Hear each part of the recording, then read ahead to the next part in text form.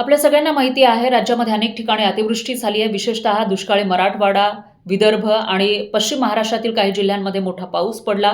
त्यामुळे शेतीचं प्रचंड नुकसान झालंय.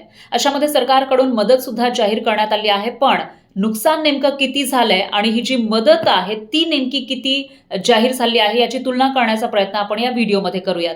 तुम्हाला माहिती असेल मागील काही दिवसांमध्ये मोठा पाऊस राज्यातील काही भागांमध्ये पडतोय आणि त्यामुळं काही गावांना पावसाचा पाण्याचा बेढा पडलेला होता. त्यामुळे त्यांना एअरलिफ्ट करून बाहेर काढावं लागलं होतं. शेतीमध्ये पाणी साचलेलं आहे त्यामुळं पिकं हाती येण्याची शक्यता कमीच आहे. अशात अतिवृष्टी संदर्भातील नोटनुसार ऑगस्ट ते सप्टेंबर या 2 महिन्यामध्ये 27,98,054 हेक्टर म्हणजेच 69,95,135 एकरवरील शेतीचं नुकसान झालंय.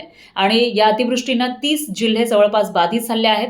यामध्ये नांदेडमध्ये 18.20 लाख एकर शेतीचं नुकसान झालंय. सोलापूरमध्ये 9.95 लाख एकर, यवतमाळमध्ये 8.56 लाख एकर, धाराशिवमध्ये 8.29 लाख एकर, बीडमध्ये 7.42 लाख एकर, अहिल्यानगरमध्ये 5.37 लाख एकर, वाशिममध्ये 5.14 लाख एकर, बुलढाण्यामध्ये 3.71 लाख एकर, जालन्यामध्ये 2.54 लाख एकर, हिंगोलीमध्ये 1.23 लाख एकर आणि अकोल्यामध्ये 1.22 लाख एकरवरील शेतीचं नुकसान झालंय.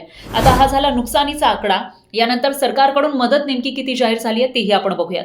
सरकारने मदत जाहीर केली आहे 2215 कोटींची. पण त्यामध्ये सुद्धा एक महत्त्वाची गोष्ट नमूद करण्यासारखी आहे ती म्हणजे जून ते ऑगस्ट म्हणजे सध्या सुरू आहे सप्टेंबर महिना आणि जून ते ऑगस्ट 2025 या दरम्यान अतिवृष्टीनं नुकसान झालेल्या शेतकऱ्यांसाठी 1339 कोटी 49,25,000 रुपयांचा अनुदान वाटप केलं जाणार असल्याची माहिती आहे. आता त्या 2215 कोटींपैकी मग उरले किती? 900 कोटी रुपये. आणि हे 900 कोटी रुपये आता सप्टेंबरमध्ये जे नुकसान झालं आहे त्या नुकसानीपोटी शेतकऱ्यांना मिळण्याची शक्यता आहे.